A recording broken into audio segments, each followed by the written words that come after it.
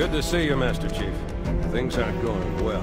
In 2001, combat evolved with a game known as Halo. In 2011, combat is remade with Halo Anniversary, which will mark the 10th anniversary of the original game's release. The game's rich sci-fi setting and subtle innovations to the standard first-person shooter formula made it something of a phenomenon and began what would become a vastly successful series with a wide-reaching impact on its genre. The remastered version of the new game is intended to pay tribute to the original and add enough improvements and incentives to make it worth the look in a world where excellent FPS games can be found in abundance.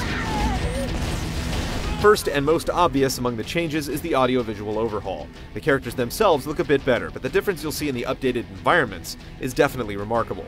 Improved lighting and texture work mark a huge improvement, as illustrated by the ability to switch back and forth between the legacy graphics and the new and improved visuals. The audio tweaks aren't quite as noticeable, but as a whole, it's easy to appreciate the effort that's put into refining the package.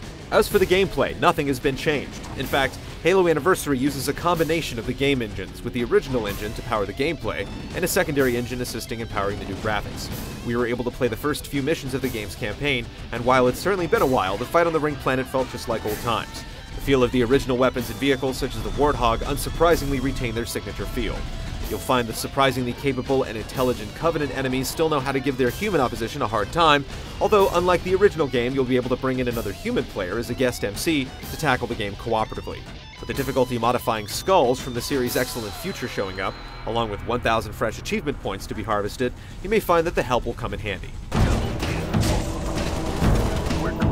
Halo's pre-Xbox Live multiplayer experience is also returning. Will operate separately from the campaign package through Halo Reach's existing online framework, although you don't need to own Reach to access 6 well-trodden and well-loved maps, such as Hang 'em High and Headlong.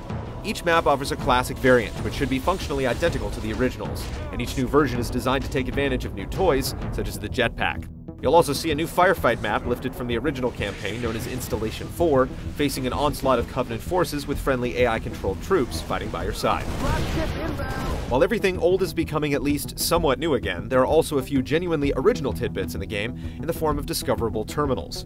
Terminals allow you to play back videos that give you some insight into the game's backstory, and have some sort of connection to the story in the upcoming Halo 4. It's clear that Halo Combat Evolved Anniversary is being carefully crafted for the fans, but it's also interesting to see what's become a piece of gaming history get what seems to be a proper treatment. Find out if the effort is worthy of being placed in a museum, or at least an Xbox 360, when GT delivers the full review in mid-November.